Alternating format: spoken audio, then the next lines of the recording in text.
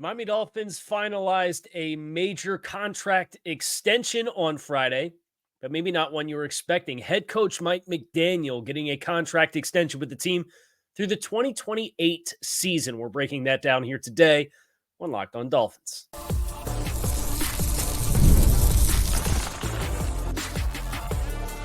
You are Locked On Dolphins, your daily Miami Dolphins podcast, part of the Locked On Podcast Network, your team every day. All right, Miami, welcome to another episode of Locked On Dolphins. It is your team every day here on the Locked On Network. I'm your host, Kyle Krabs, a lifelong Miami Dolphins fan, host of Locked On Dolphins, co-host of Locked On NFL Scouting, author of Touchdown Miami, NFL Draft Lead for the 33rd team. You can find all of our shows here on the Locked On Network on YouTube or wherever you listen to your favorite podcast. Tip of the cap to our everydayers because it is your team every day. We don't just say it, we live it. We are ending August with a bang. The Dolphins, ESPN's Jeff Darlington dropping the report this morning, just a half hour ago, as I sit down to record this podcast. Mike McDaniel and the Dolphins agree to terms on a contract extension that extends him through the 2028 season as a member of the Miami Dolphins organization as their head coach. I'll read the full post from Jeff Darlington, and then we're going to really get into the weeds on why I think this is a massive deal for Miami from an organizational perspective, not just for Mike McDaniel, not just for long-term job security, all that kind of stuff, but like big picture stuff as an organization within the ecosystem of the NFL. This is a big deal. And we're going to talk about that. Breaking news. This is Jeff Darlington within the hour. Breaking news, Jeff Darlington. Dolphins coach Mike McDaniel signed a new contract that extends him through the 2028 season. Sources say under McDaniel, the Dolphins had the top-ranked offense in the NFL in 2023 for the first time since 1994. They also had first back-to-back playoff appearances in 23 years. I'm told McDaniel has an especially strong working relationship with general manager Chris Grier, CEO Tom Garfinkel, and cap guru Brandon Shore. It's the type of cohesive group that owner Stephen Ross covets. Playoff wins are obviously be the final piece of the puzzle, but the organization believes McDaniel is the coach to lead them there. This coinciding with a contract extension paid to your franchise quarterback.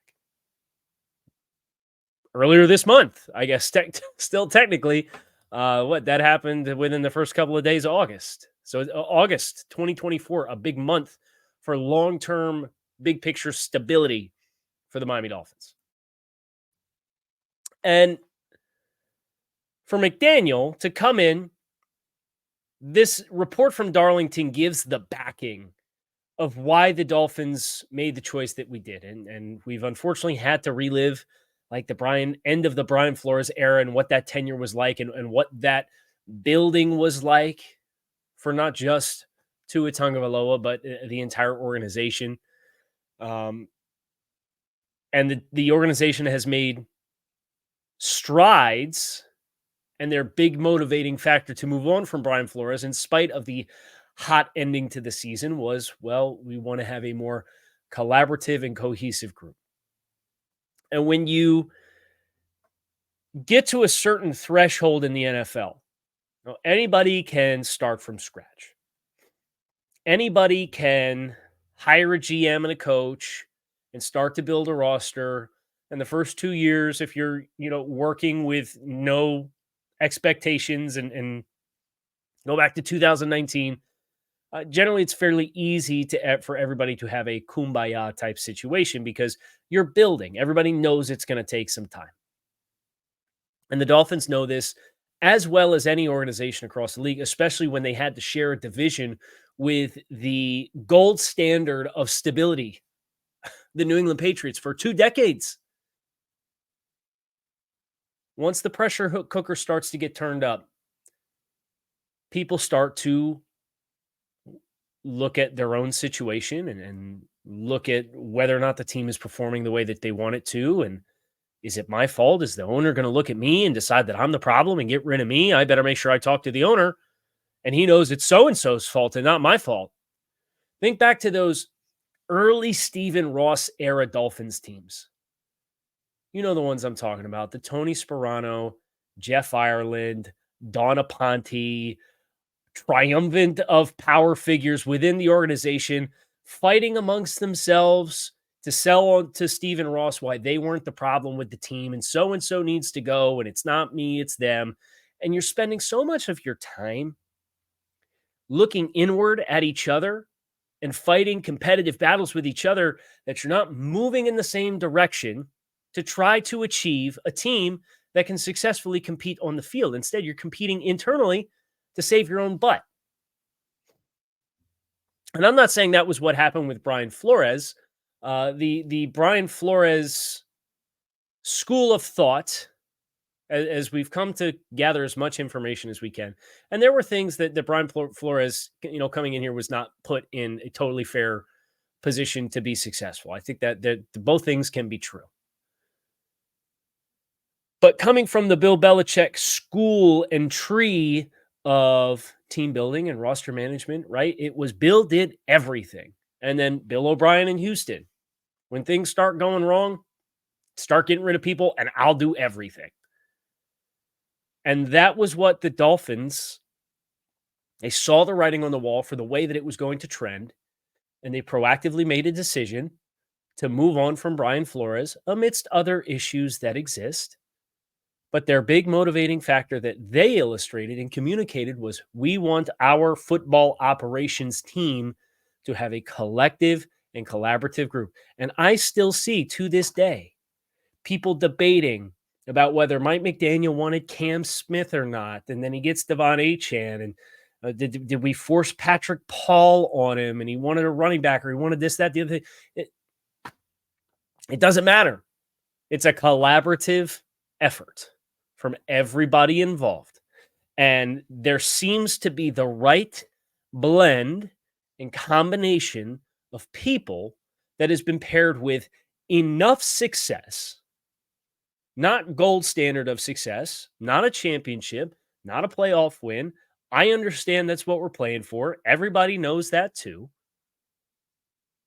But it's been successful enough in enough different ways that there's been trust that's been built with this collective group of people. And that is not a small deal. Because as we have seen through the last 30 years of this organization, it has been quite a battle to get any of these things aligned. We're going to look at that next here on this episode of Locked On Dolphins. Make sure you stick with us. If you get tired after lunch, you are not alone. In fact, research shows that more than 70% of us hit a wall after lunch. Let 5 Hour Energy help you leap over that wall instead of crashing into it. With zero sugar, a convenient portable size, it's the perfect pick-me-up for getting stuff done. The 5 Hour Energy website has flavors galore, like watermelon, tropical burst, grape, berry, and there is flavors for everyone. Try them all. On the site, you have the option to build your own 12-pack or 24-pack. You choose the flavors, and it is delivered directly to your front door. If you go to 5hourenergy.com, that's the number 5hourenergy.com, you can get some 5 Hour Energy product today. You can use our promo code LOCKEDONFB. That's LOCKEDONFB to receive 20% off your order. This offer is only valid until September 30th on one order and cannot be used with other promotions. The code is not good on subscription orders. Go to 5hourenergy.com today. This was my immediate reaction. I dropped this on social media, and then we'll talk about why I feel this way. The level of organizational stability the Miami Dolphins have been able to establish is a big hurdle in their effort to create an annual contender.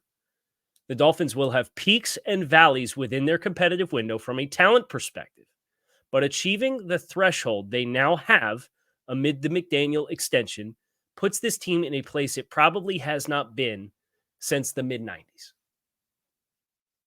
The mid-90s, end of Don Shula's tenure with the team, well-established Dan Marino, even if it was late-stage career Dan Marino, post-Achilles Dan Marino. Because think about it. Don Shula leaves. You have 4 years of Jimmy Johnson, 4 years of Dave Wannstedt. Dan Marino overlaps with the 4 years of Jimmy Johnson. Maybe you can say that that window of time had some parallels as far as the organizational stability. Once that goes into year 5, is fired. Jim Bates finishes the season. We're just going to do coaches now, and then we're going to do the rest of it. Then once that going into year 5 gets fired, Jim Bates finishes the year. 2 years of Nick Saban, gone. Cam Cameron, one and done. Tony Sparano goes worst to first, 10-win improvement, NFL record for most wins from one year to the next. Now you're into the Stephen Ross era of owning the team. And we have him and Jeff Ireland and Donna Ponte all looking at each other, figuring out who's at fault for going from 11-5 to 7-9 to 7-9. There's the Jim Harbaugh flirtation that's in there. We're flying to California to visit with Harbaugh. We don't end up getting a deal done. We give Tony Sparano a contract extension. He ends up getting fired anyway. Todd Bowles finishes the year as the interim coach. Then Joe Philbin comes in. And then we're able to usurp Jeff Ireland and get him out of the mix. And we go 7-9 and 8-8 and 8-8 again. And then Joe Philbin going into year 4 gets fired. Dan Campbell finishes the year. They finish hot after a horrible first month. And it's 3 years of Adam Gase. And it's 3 years of Brian Flores. And now we're going into year 3 of Mike McDaniel. And the easiest thing in the world that you can do is be results-oriented to the degree that you look at Mike McDaniel, you look at 2 playoff berths, 2 playoff losses. We still won a playoff game. We're not here to lose playoff games, which is true. We're not. But the easiest thing in the world to do is look at that and say, if he doesn't get it done this year, we're going to go a different direction.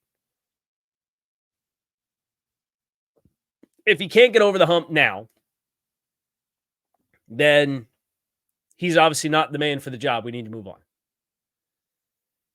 That's the school of thought of all of this happening from Jimmy Johnson's departure till the start of the Mike McDaniel era. The vast majority of that overlaps with Tom Brady and the New England Patriots with Bill Belichick and that team. And they had built enough trust within their key power players in their organization. And they had general managers, some of which came and some of which goes. And it's really Bill's show anyway. And he had trust with Belichick, even though they had at times a non-frictionless relationship between the two of them. They have all the winning success that they do. And you're chasing that, right? You're chasing that. And every 3 years, the pressure is immediately so high to win that if it doesn't happen, you're out the door. We go back to square one. How long did it take? From a offensive perspective, Mike McDaniel worked wonders in year 1. And some of that is, Tyreek Hill became available. But I'll tell you right now, you ask any NFL pundit, you ask any NFL executives, you ask other NFL coaches where Mike McDaniel ranks in the hierarchy of NFL play callers from an offensive scheme, design, creativity perspective. This isn't to say he's infallible as a head coach. He's going to be in the top 5 of just about every list across the league. You don't let go of people like that for circumstantial small body of work. Mike McDaniel was not the head coach of the team in 2016. I'm sorry. Mike McDaniel wasn't the head coach of the team in 2008. He wasn't the head coach anywhere in the middle. And for Mike McDaniel, him coming into the pre-existing infrastructure that existed with this team and making things work and making this an attractive place for veteran players to want to come, making this an attractive place for developing talent, making this an attractive place for offensive football to be able to complement some of the other perks of South Florida from a location perspective and a tax perspective. Bill Belichick just got on ESPN and cried about Massachusetts being Taxachusetts. And the agents rake you over the coals with that when you're doing negotiations for contracts. Dolphins not going to worry about that. And it's always been their selling point. Well, we're We're aggressive. We're willing to pay as much as anybody else, and you don't have to pay state taxes. Well, now you have players who come here for less, like a Calais Campbell, who openly came outright and said, I took less to come here because this is a place I wanted to play, and this is a place I wanted to end my career. So you have the head coach dynamic in the midst of chasing the stability within the NFL and within your own division for the last 30 years for the Dolphins almost. Then there's the leading passer. Dan Marino through 99. It was Fiedler for 4 years, and then it was A.J. Feely, Gus Frerotte, Joey Harrington. Do I have to do the list? I'll do it. Cleo Lemon, Chad Pennington, Chad Henne, Matt Moore, Ryan Tannehill for 5 years. Jay Cutler, Ryan Tannehill appears again in 2018. Ryan Fitzpatrick the last 2 years, Tua Tagovailoa. The only player in that entire group to get like a sizable contract was Tannehill. And his tenure just so happened to overlap with the football operations power struggle that was existing with Philbin and Aponte and Jeff Ireland, where Aponte and Philbin team up and get Jeff Ireland out of the mix. Just so happens to overlap with that. And oh, by the way, all of that's really happening until Ryan Tannehill becomes an established NFL player, gets a second contract. Now Joe Philbin's fired. Like, this is the first time it's been like, you kind of know that you've got a commitment to the coach who's done enough of the right things, even if he hasn't done all the right things, even if he's not perfect, even if he's not a champion yet. You've got a quarterback who's done enough of the right things. You've got a football operations collective group that has really been in place since 2019 when the team made the dramatic shift with Garfinkel and Greer and Brandon Shore and that collective group and how they work together to think piece everything and collectively collaborate it all together. This is the first time since at least the Jimmy Johnson years that you can look at all of the major pieces and say there is a firm commitment and a firm belief internally, whether it's external or not. And frankly, the Dolphins don't care what you think. They don't care what I think either about internally and what their football operation looks like. There is an internal trust and belief and a cohesiveness, and it's been built on 4 consecutive seasons of winning more games than you lose. That helps. It's been built on the relationships. It's been built in the proof of concept of how this offense has assimilated to these players and from a coaching staff, how they do put players in positions to be productive versions of themselves. That doesn't guarantee you're going to make deep postseason runs every year. And I've done this exercise before, but we're going to look across the league next at some of the most well-regarded people in football operations that have won championships. And we're going to look at how long it took them until they had their breakthroughs to understand why it is so important to have this kind of organizational stability and why looking at 2024 and say, if Mike McDaniel doesn't win a playoff game, we got to go in a different direction, would have been the absolute worst possible thing you could have done with a superficial judgment of successes and failures and wins and losses of the team, knowing full well that at the end of the day, you are judged in the court of public opinion by the wins in the win columns, the L's in the L's columns, and if you have any postseason success. I get it. But there's so much more into creating an annual contender. And that's what the Dolphins have aspired to be. And they've said it since they made all these changes in 2019. They aspire to create a team that could contend on an annual basis. Some teams are going to be more competitive on a year-over-year basis than others. There's peaks and valleys. We experienced the Dolphins doing an income redistribution this offseason. To go through that income redistribution and then say, it didn't work, flush it down the toilet. Oh, we couldn't sign Christian Wilkins and Rob Hunt, flush it down the toilet. They don't have a vision on what they're doing. It's missing the forest for the trees. We're going to talk about why next here on Locked On Dolphins. Stick with us. Passion, drive, and patience are not just the formula for winning championships. It's also what keeps your ride or die alive. eBay Motors has everything you need to maintain your vehicle and level it up to peak performance, from superchargers, roof racks, exhaust kits, LED headlights, and more. Whether you're into speed, power, or style, eBay Motors has got you covered. With over 122 million parts for your number one ride or die, you'll always find exactly what you're looking for. And with eBay's Guarantee Fit, your part is guaranteed to fit your ride every time, or your money back, because with eBay Motors, you're burning rubber and not cash. With all the parts you need at the prices you want, it's easy to make your car the MVP and bring home the dub. Keep your ride or die alive at ebaymotors.com. Eligible items only. Exclusions do apply. eBay Guarantee Fit available only to U.S. customers.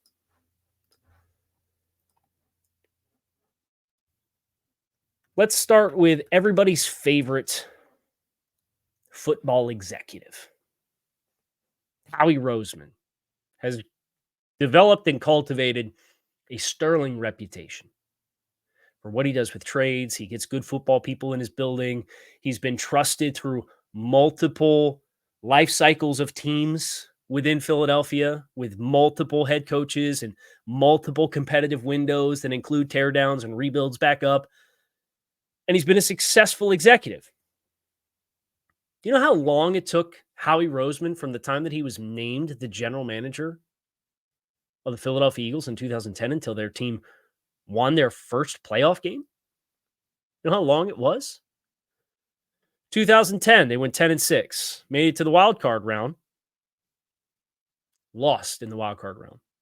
Then they went 8-8, 4-12. 2013, they're back to the playoffs, 10-6, and they lost in the wild card round. That's year 4.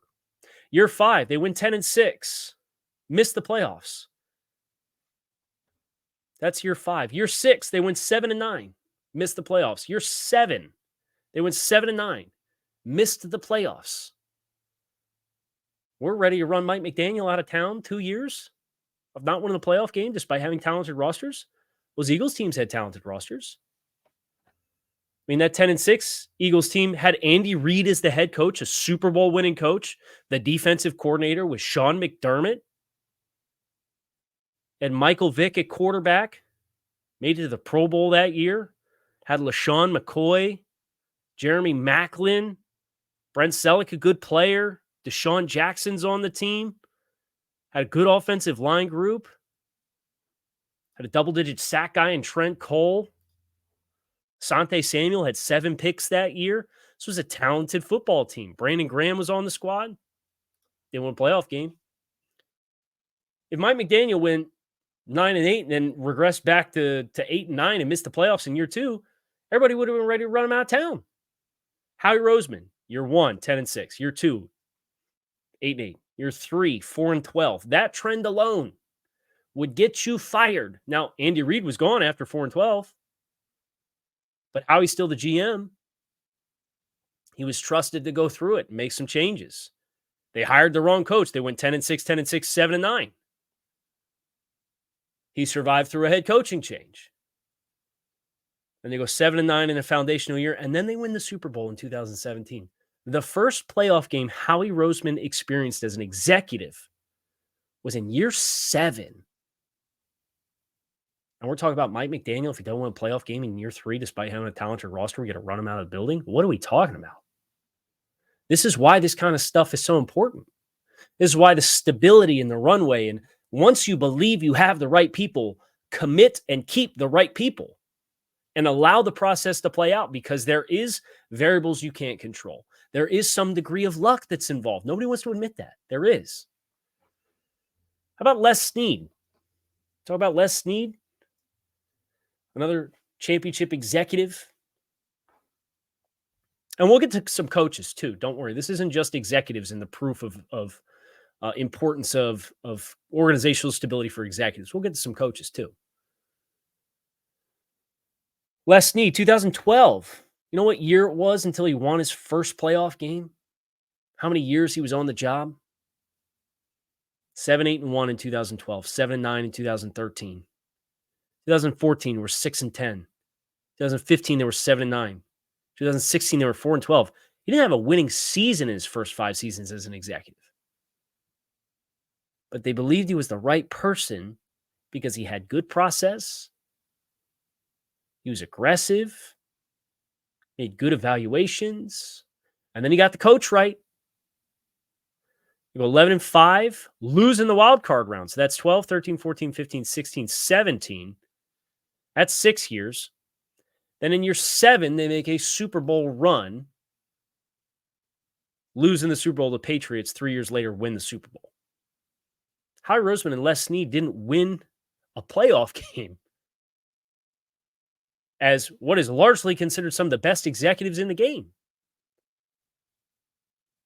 But you were allowed to make some mistakes, but you knew you had the right person, and that theme can extend and continue elsewhere. I don't know if you guys remember this, but John Harbaugh in Baltimore had a stretch where like every year he was on like a year-by-year, 1-year contract until they finally got off the pot and gave him a big contract extension. And Coach Harbaugh, his first 4 seasons as the head coach of the Baltimore Ravens, they went 11-5, 9-7, 12-4, 12-4. They win the Super Bowl in year 5. Then they go 8-8, 10-6, 5-11, 8-8, 9-7. You think after winning a championship, you think a 4-year window where you have one winning season,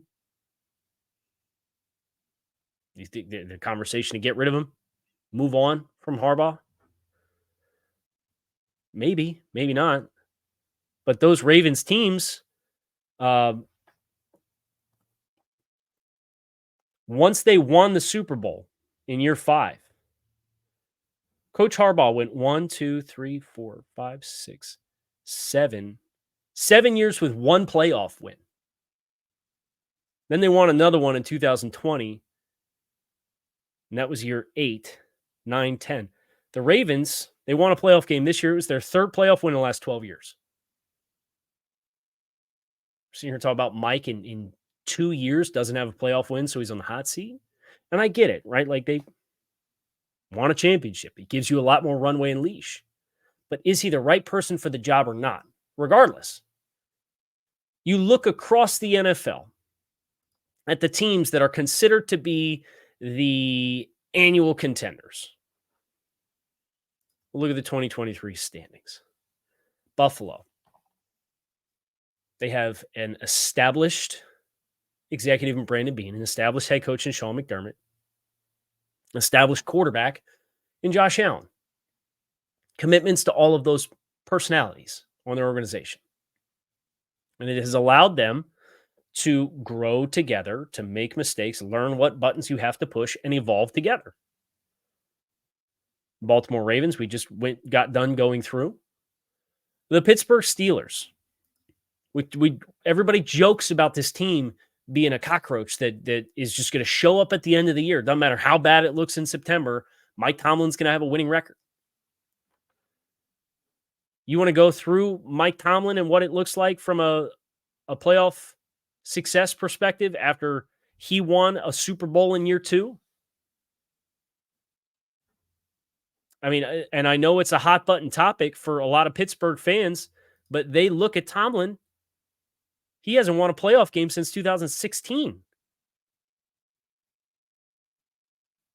They won the Super Bowl in 2008. And this is an organization that's had, 3 head coaches since the Jimmy Carter administration? Just unparalleled stability within that organization year over year because they know they have the right people. They understand there's going to be ebbs and flows. And to judge McDaniel for 2 years on circumstantial results versus just asking yourself, is this the right person for the job? And then you extend and look past that and say, Mike McDaniel, if he was out on the market, there are probably double-digit teams across the league that would fire their head coach tomorrow if Mike McDaniel had hit the market. And we were talking about him on the hot seat. Come on, please. All of the body of work that exists across the entirety of the league, it's the hardest thing you can do is make that leap because it's the NFL. It's not for long. Everybody's under pressure to perform and have success. and cultivate wins at a high level. Mike McDaniel's done that despite the late season success the last 2 years, including in 2022 when they went into Buffalo, lost by 3 points on an admirable performance in many ways from a lot of players with a grossly undermanned team. Now, last season, you can make excuses for the cold. The team was capable of performing much better, even though they were banged up at the end of the year. They were a capable team of showing up and performing in a much better light than what they illustrated in the wild card round against Kansas City. This is a young coach. This is a first-time head coach. Mike McDaniel is 41. He will turn 42 next March. If things go well, he could have 2 decades of coaching in the NFL in front of him. We know he'll have another 5 years here in Miami because the Dolphins gave him the extension. But it is a huge deal to get an extension done amidst the other stability. There's been head coach contract extensions that have been done in Miami in the last 20 years, but it hasn't been all in harmony with all of the elements of your football team and all of the elements of your football operations and your football brain trust and the power players that run your team. This is the first time Miami has got these things aligned in about 30 years. Massive to get the contract extension done and avoid the low-hanging fruit and the cheese to take to say, well, he's got to win a playoff game, and if he doesn't, then we need to find somebody who will. Because sometimes these things just take time. Sean McVay. Year 2, had a breakthrough. Won 2 playoff games. Missed the playoffs the following season at 9-7. Give him another 2 years. Make adjustments, be that personnel or otherwise. They win the Super Bowl in his 5th year. But if you go from 13-3 to 9-7 and miss the playoffs, it's the same school of thought. Everybody would probably be looking at Mike McDaniel and say, "Gotta get him out of here." They went backwards.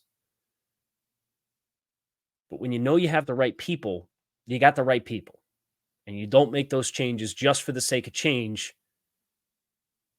And that's the thing the Dolphins had to do so much of for so long. And I feel like we're still preconditioned to expect it. We don't have to feel that way anymore. We can understand this is the group that we have. We know their strengths. We know their weaknesses. We allow them to feel through their vision of a team and try to realize it and then make adjustments. And no, we're not going to go back to square one and tear everything down to the core and start all over again and hope that we're fortunate enough to have enough stability across 5-6 years where guys can get contract extensions and we can get back to this place again just to get impatient through no fault of the people who are here. It's a huge deal for the Dolphins. I applaud them for doing it and getting it done before the season. I'm Kyle Krabs. I am out of here. I hope you guys enjoyed this episode of Locked on Dolphins. Mike McDaniel getting his contract extension through the 2028 season. I'll be back again soon. Talk more Dolphins football coming your way. Go Fins.